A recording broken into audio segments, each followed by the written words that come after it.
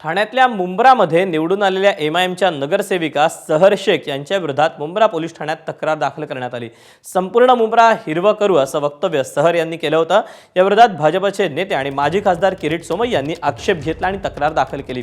दरम्यान मुंब्रा पोलिसांनी सहर शेख यांना कुणाच्या भावना दुखावतील असं भाषण करू नका अशी समज देत त्यांना नोटीस बजावली। एमआयएमची जी नगरसेविका निवडून आलेली होती सहर युनुस शेख, तिने एक भाषण केलं होतं। त्याच्यावर काही लोकांचा आक्षेप होता, बऱ्याचशा संघटनेचा वगैरे काही नेत्यांचा।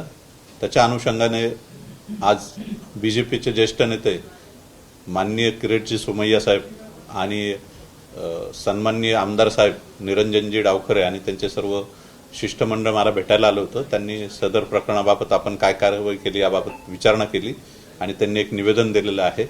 परंतु जसं आम्हाला ते समजलं की त्या भाषणामुळे समाजामध्ये संभ्रम निर्माण झालेला आहे, काही लोकांच्या भावना दुखवल्या गेलेल्या आहेत, तर आम्ही त्या अनुषंगाने त्या जी सहर युनुस शेख आहे तिला बोलून तिचं स्टेटमेंट घेतलं आणि तिला नोटीस पण दिलेली आहे। एबीपी माझा, उघडा डोळे बघा नीट।